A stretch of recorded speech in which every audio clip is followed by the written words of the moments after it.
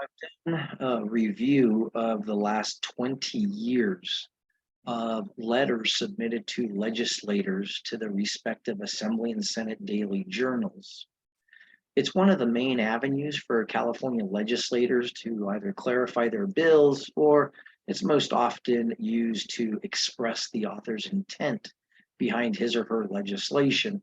And they do so by submitting a formal letter to the Assembly Chief Clerk for ABs or Assembly bills, and the Senate Secretary for Senate bills or SBs.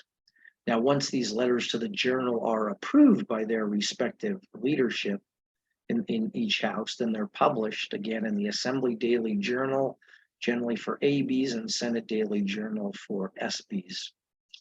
So looking back at the last 2 decades to locate all of these letters in the different daily journals, I looked at the frequency over the last 20 years and basically compiled a chart that shows the number of letters to the journal in the Assembly and the Senate by calendar year, beginning with 2003, in which there were 22 Assembly letters and 26 Senate letters, to 2022, in which there were 12 letters to the Assembly Daily Journal and 15 to the Senate Daily Journal. As you can imagine, the numbers run at different levels.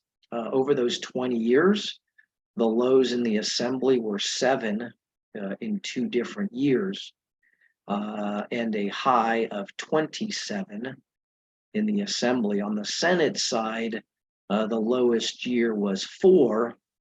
There were 2 instances of 6, and there was a high of 26 in 2 different years, in 03 and 04.